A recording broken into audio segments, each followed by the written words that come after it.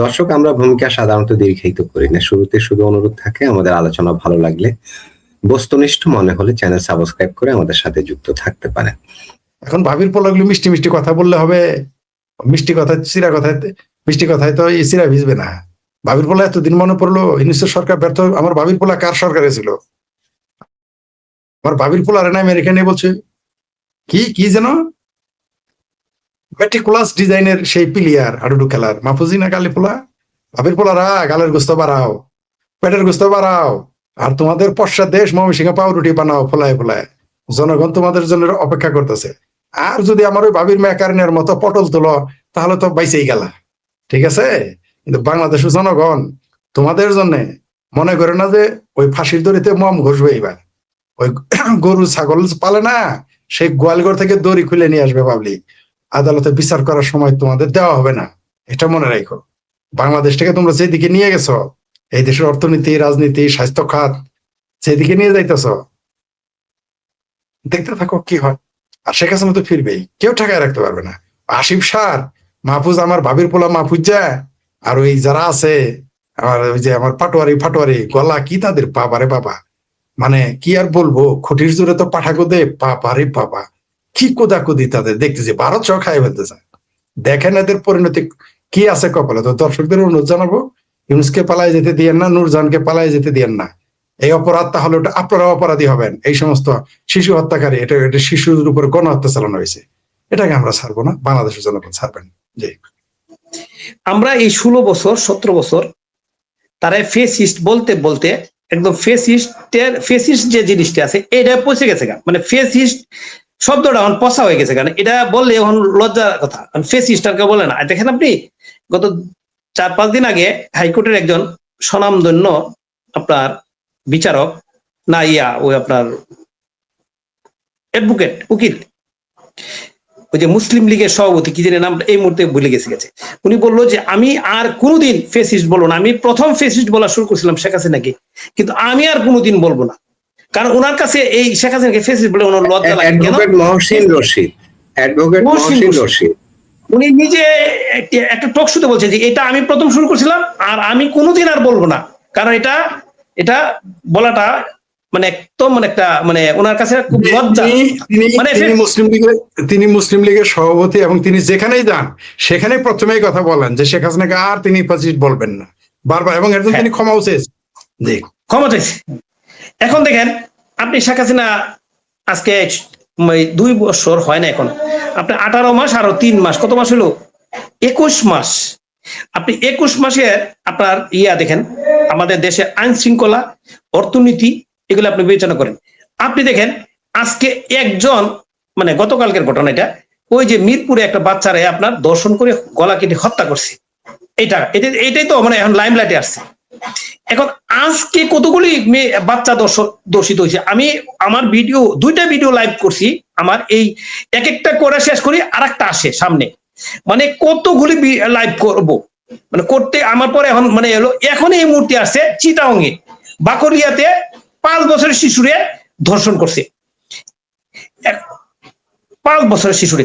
এখন আজকে মনে হয় মানে প্রায় 6-7টা আসছে শিশুকে ধর্ষণ করা এবং হত্যা করছে কয়েকটা। যে একটু আগে আছে ময়মনসিংহের একটা বাচ্চা শিশু, এটা মনে হয় 7-8 বছর হবে, এটা হত্যা করে আপনার পাট খেতে ফেলায় রাখছে। আরেকটা আসছে হলো 15 বছর মেয়েকে আপনার খেতে ভুট্টা খেতে নিয়ে 4-5 জন মিলে দর্শন করছে। এই যে দর্শন, এই যে হত্যা। আবার একটা আসেন হত্যার দিকে আসি। আজকে একটা ভিডিও আসছে, ছবি আসছে গফরগাঁওয়ে আপনার ইউনিয়নটার নামটা আমি বলে দিই, আমি যদি ভিডিও কিছু মনে আছে, পাগলা উপজেলার বুঝছেন মশাখালী ইউনিয়নের গ্রামটা হলো আপনার বাড়িয়া গ্রাম। এই বাড়িয়া গ্রামে গাছের সাথে একটা ছেলেকে পিছনে হাত বাঁধা অবস্থায় গলাটা এই পর্যন্ত কেটে আলাদা সামনে ফেলায় রাখছে, মানে এই পর্যন্ত মুন্ডু, মানে আমাদের মূর্তি ভাঙার পর মুন্ডুটা থাকে না, যে এই জায়গাটা। আপনি ভয়ঙ্কর, আপনি দেখেন এর চেয়ে ভয়ঙ্কর জিনিস আর হতে পারে না। আপনি এটা সামাজিক যোগাযোগ মাধ্যমে এটা কিন্তু একদম ভাইরাল হয়ে গেছে। এত এত ঘটনা আপনার দেখেন। তাহলে এখন মানুষ কিন্তু অস্থির হয়ে গেছে যে ধর্ষণ, শিশু বলৎকার, বলাৎকারের ঘটনা তো এই 2 দিন আগের ঘটনা ইয়াতে শুনছেন, ওই যে ঢাকার ঘটনাটা। এবং এই ছেলে এই বলাৎকার যে ছেলে করছে এটা মাদ্রাসা শিক্ষক, কিন্তু এখন এটা প্রকাশ করে না শিক্ষক, যে এটা হলো মানে নতুন শিক্ষক, নব্য শিক্ষক, মানে পাশ করার পরে আবার ইয়া দেয় না, ওই ছেলে ওইখানে পাশ করে ওইখানে কিন্তু আবার ইয়া করে বাচ্চাদেরকে পড়ায়। এর বিরুদ্ধে আগেও এরকম ঘটনা অভিযোগ আছে, অথচ এই মাদ্রাসায় ওকে রাখছে। আপনি দেখেন অবস্থাটা কোন দিকে। এবং আজকে চিটাগাং এ আরেকটা জিনিস আসছে, সে সিরিয়াল আপনার রেপার মানে ওই যে বলৎকার, এই মৌলানাকে আজকে অ্যারেস্ট করছে। মানে তার বিরুদ্ধে অভিযোগ অনেকগুলি অভিযোগ, এর কারণে আজকে অ্যারেস্ট করছে। চিটাগাং এর ঘটনা। এই যে আপনার সামাজিক অস্থিরতা, সামাজিক বিশৃঙ্খলা, মানুষ অস্থির হয়ে গেছে। সুতরাং আমি আগেও আপনার ভিডিওতে বলছি, অনেকবার বলছি, আপনি এটা নিয়ে আমার একজনের সাথে বিতর্ক হয়েছে এই জিনিসটা নিয়ে। আমি এই শেখ হাসিনা আর একটু পরে আসলেও পরে আসতে হবে। মানুষ এই দেশের জনগণ অস্থির হয়ে গেছে ভাই, একটু খালি অস্থির হয়ে গেছে। একটু প্রমাণটা দিয়ে দেই। ঢাকা ভারের 30,000 ভোটার, সেই ভোটারের ভোট পড়ছে মাত্র 34%, যেখানে 99% ভোট পড়ার কথা, 99.5%। কারণ 2-1 যারা বিদেশ চলে যায় অথবা মৃত্যু হয়েছে এর মধ্যে, তাদের ভোটার বাতিল হয়। আর মনে করেন যে ভোটার তো নতুন হয়, প্রতি বছর ভোটার আপগ্রেড হয় ভারের নির্বাচনে। তা আপনি যদি ভোটার হওয়ার পরে যদি মারা গিয়ে থাকে 2-1 এরকম হইতে পারে, তাহলে কি 100% একটু আপনার কম ভোটার হওয়ার কথা। আর ঢাকা আপনার সুপ্রিম কোর্ট বারের 11,000 আপনার 97 জন ভোটার মধ্যে জানেন 4,048 জন ভোটার হয়েছে, মানে ওইখানে 36% ভোট কাটছে। তার মধ্যে কিছু জালিয়াতি হয়েছে। এটা হলো জামাতে ইসলাম এবং এসজিবি তারা মিছিল করছে, এটা নিয়ে অভিযোগ করছে, মানে ওইখানে 34%। তাহলে মানুষের এখন পার্সেন্টেজটা আপনি বুঝে যেতে হবে যে কত পার্সেন্ট মানুষ এখন এদেরকে চাচ্ছে আর শেখ হাসিনা যে আওয়ামী লীগকে চাচ্ছে, এটা কিন্তু বোঝা যাচ্ছে এখন। আপনি এটা অনেকেই এটা আমাকে বলবে আওয়ামী লীগার, এটা দালাল বলবে আওয়ামী লীগের, কিন্তু আমার ভিডিওগুলি কেউ যদি দেখে তাহলে বুঝবে যে আমি কারণ এটা এই আওয়ামী লীগের পক্ষে না, যিনি বাস্তবতা। আপনি ইতিহাসের আমি নজিরবিহীন এরকম সিচুয়েশন অথবা একটা আলোচিত ঘটনা আওয়ামী লীগের আমলে হয়েছে, কোনো হত্যাকাণ্ড হয়েছে, অথবা আপনি একটা বাচ্চায় রেপ হয়ে মারে ফেলছে, এরকম ঘটনা দিয়ে হয়েছে। কিন্তু এই গত 10 দিনে কি পর্যন্ত আপনার শিশু রেপ হয়েছে, নির্যাতিত হয়েছে, কতগুলি হত্যা করা হয়েছে, এগুলি কিন্তু আসছে সামাজিক যোগাযোগ মাধ্যমে। কতটা আপনি হিসাব রাখবেন? হিসাব রাখার কোনো সুযোগ নাই। আপনার কতগুলি লোককে হত্যা করেছে। আজকে আরেকটা আসছে আপনার নওগাঁতে, আপনার একটা যুবলীগ করতো নাকি কর্মী, ভাই মাসুদ, আপনি যদি কর্মী বলেন, একজন আওয়ামী লীগের যে কর্মী বলে বা বিএনপি কর্মী, জামাতের কর্মী বলে, এরা তো নেতা না, কর্মী তো সাধারণ জনগণ। এরারে যদি আপনার মায়ের হাত পা বেঁধে পানির মধ্যে ফেলায় রাখেন, এই আজকে আসছে এটা। এই যে সিচুয়েশন, আর একজন আসছে সাধারণ একজন যুব দলের না যুবলীগের এটাও কর্মী, গেছিল হাইকোর্টে, ওর নামে মিথ্যা একটা মামলা আছে, হাইকোর্টে গেছে জামিনের জন্য, ওই আপনার উকিলের চেম্বার থেকে অ্যারেস্ট করে নিয়ে গেছে। মানুষের নির্যাতনের একটা সীমা আছে, তো মানুষ নির্যাতিত হতে অতিষ্ঠ হয়ে গেছে। দেখান আপনি মনে করেন আরেকটা জিনিস হলো, দেশে এত কিছু করতে করছে, আপনার সীমান্ত হত্যা হয়েছে, আপনি চুরি করতে গেছেন, চুরাচালান করছেন, হত্যা করতে হয়েছে, এটার জন্য আপনি মিছিল করেন, আবার ওইখানে গিয়ে সীমান্তকে আপনি করেন, হাউকাউ করেন, আপনি আবার যুদ্ধ করবেন ইয়ার সাথে, ভারতের সাথে।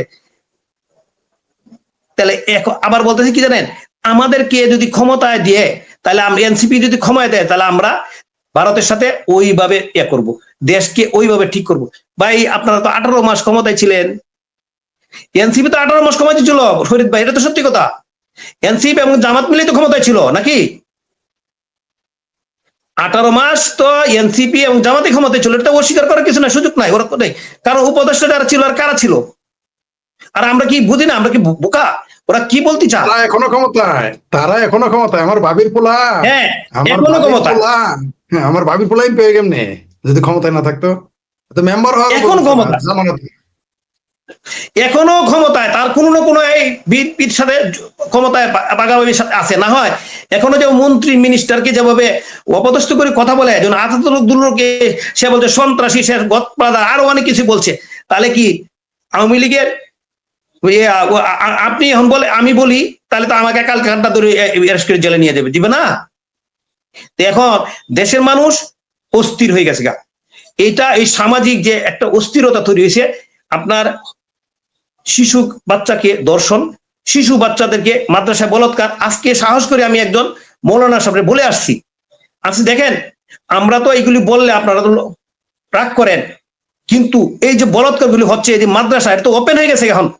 এবং আজকে একটা ডাটা আছে কোন একটা ব্যাপারে, প্রথম ইত্তেফাকে না কোন এর যে যতগুলি বলৎকার বা দর্শনের ঘটনা ঘটতেছে মাদ্রাসা, এর থেকে কমপক্ষে 10 গুণ বেশি হচ্ছে, যেটা প্রকাশ হচ্ছে না, যেটা আমিও কয়েকবার বলছি, অবশ্যই আমি কয়েকবার বলছি।